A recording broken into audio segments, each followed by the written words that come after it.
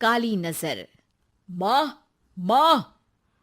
अरे क्या माँ माँ कर रहा है? बकरी का बच्चा है क्या? अरे माँ, मजाक छोड़ो। मुझे फाइनली वो मेन चौराहे वाली दुकान मिल गई है। अब देखना, आपका बेटा दुगनी स्पीड से पैसा कमाएगा। ओफो, ये क्या?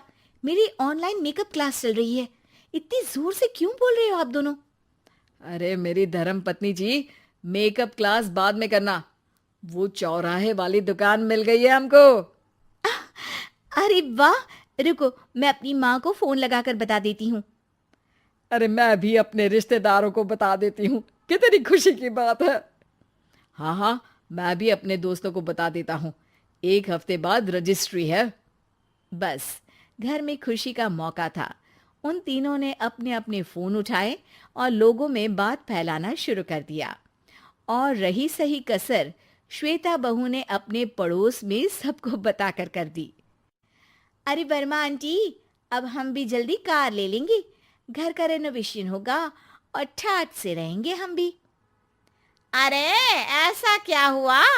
लॉटरी बाटरी लग गई है क्या? अरे, इस बार चौराहे वाली मॉल में हमको भी दुकान मिल गई है। दुकान नंबर 21, जो एकदम चौराहे पर है। अब ग्राहक बढ़ेंगे तो आमदनी भी बढ़ेगी ही ना। अरे वाह, कितनी खुशी की बात है। मैं बहुत खुश हूँ तुम्हें इतना खुश देख के।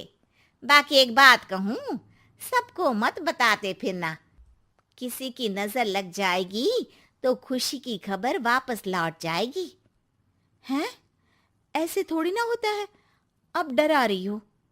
अरे सही कह रही हूँ। काली नजर कहते हैं इस चीज को, जब आप किसी को कुछ बताओ और वो काम बिगड़ जाए। अरे लेकिन मैं तो। तुमने सबको बता दिया ना? हाँ, फोन लगा लगा के। अब बच के रहना। काली नजर बड़ी खतरनाक होती है। श्वेता इतनी खुश रहती है कि वो वर्मा आंटी की बात पर ध्यान ही नहीं देती, जबकि पड़ोस में और भी लोगों से खुशी की खबर शेयर करती रहती है। अगले दिन राजेश बहुत दुखी होकर घर आता है। अरे बेटा, क्या हुआ? मुंह क्यों सूजा हुआ है? मधुमक्खी ने काट लिया क्या? माँ, वो दुकान किसी और के पास चली गई। किसी ने ज्यादा भाव लगा दिया। अरे पर बात तो आपसे हुई थी ना उस दुकान वाले की। हाँ, आज मैं टोकन अमाउंट देने गया था, तब मुझे पता चला। कोई आकर सुबह मुझसे पहले ही ज्यादा अमाउंट दे गया। हम्म, काली नजर। क्या? क्या कहा? वर्मा आंटी ने समझाया था कि किसी को बताना मत, वरना काली नजर लग जाएगी। अच्छा, तुम्हें उनकी बात मान लेनी चाहिए थी। उनकी बात मान लेती, लेकिन उसके पहले ही सबको बता चुके थे ना हम तीनों। अरे अगली बार से ध्यान रखेंगे। कोई भी नई चीज होगी तो किसी को नहीं बताएंगे। तीनों कुछ दिन ऐसे ही रहते हैं, पर एक दिन श्वेता को एक मेल आता है। राजेश, मेरा ऑनलाइन मेकअप कोर्स कंप्लीट हो गया। अब मैं खुद का पार्लर खोल सकती हूँ।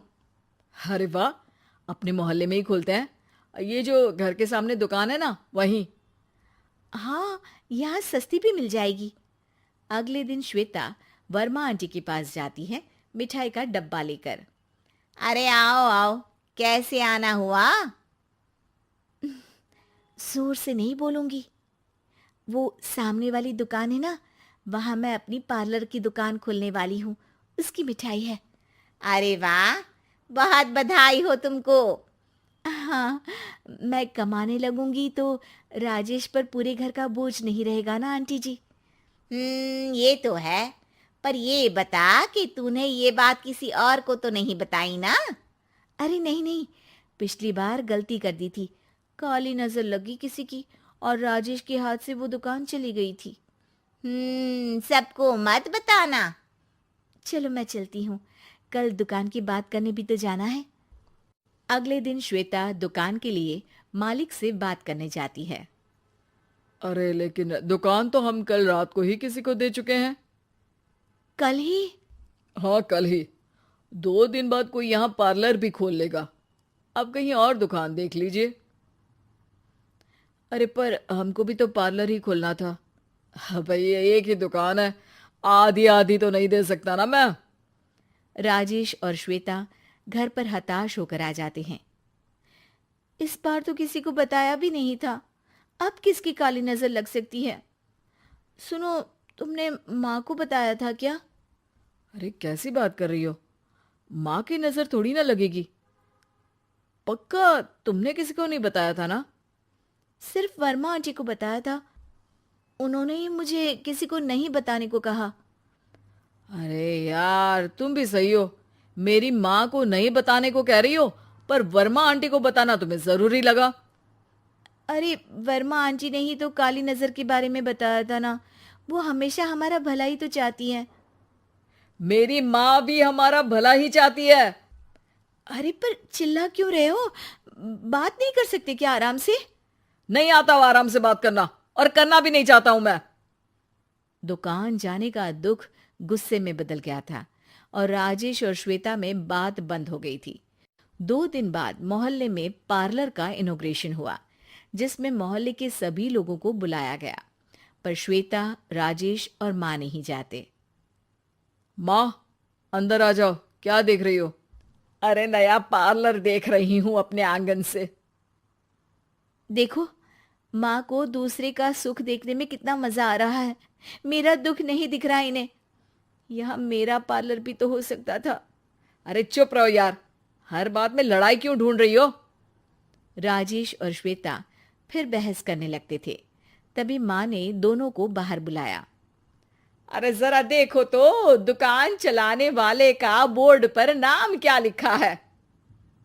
श्रुति वर्मा। गाड़ी निकाल बेटा, हमें कहीं जाना है। काली नजर का इलाज कराने? राजेश अपनी बाइक निकालता है। तीनों ट्रिपलिंग कर रहे हैं। माँ राजेश को उस मॉल वाली दुकान पर लेकर जाती है जहां राजेश अपनी दुकान खोलने वाला था। यही दुकान लेना चाहता था ना तू?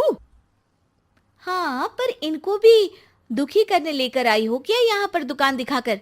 वह काफी नहीं था? अरे श्वेता, थोड़ा सब्र रख, अभी पता चलेगा कि हम यहाँ क्यों आए हैं। बता, इस दुकान चलाने वाले का नाम क्या है? अनुपम वर्मा। कुछ समझ में आया? वो दुकान वाली श्रुति वर्मा, ये दुकान वाला अनुपम वर्मा, और हमारे पड़ोस में हमने उस दुकानों के बारे में बताया किसको था? अब वर्मा आंटी को। मतलब वर्मा आंटी ही हमारा काम बिगाड़ रही है? नहीं नहीं, ऐसा नहीं हो सकता, ये बस इत्तेफाक है। राजेश अपना फोन निकालता है और श्रुति वर्मा और अनुपम वर्मा के नाम फेसबुक पर सर्च करता है, जहां ये दोनों ही वर्मा आंटी के रिश्तेदार होते हैं। श्वेता को समझ में आ जाता है कि वर्मा आंटी की ही नजर खाली नजर है। अब क्या करना है? कोई भी खुशी की खबर हो तो काली नजर से बचना है, यानी वर्मा आंटी से बचना है। अरे पर मुझे ये समझ में नहीं आया कि वो हमारे साथ ऐसा क्यों करेंगी। अरे बेटा, एक सीख है, दूर के आदमी को आपकी तरक्की से कम परेशानी होगी, पड़ोसी को ज्यादा। दोनों माँ की बात में हामी भरते हैं और अगला काम चुपचाप करने की कसम खाते हैं, ताकि आगे से वर्मा आंटी कोई काम ना बिगाड़ सके।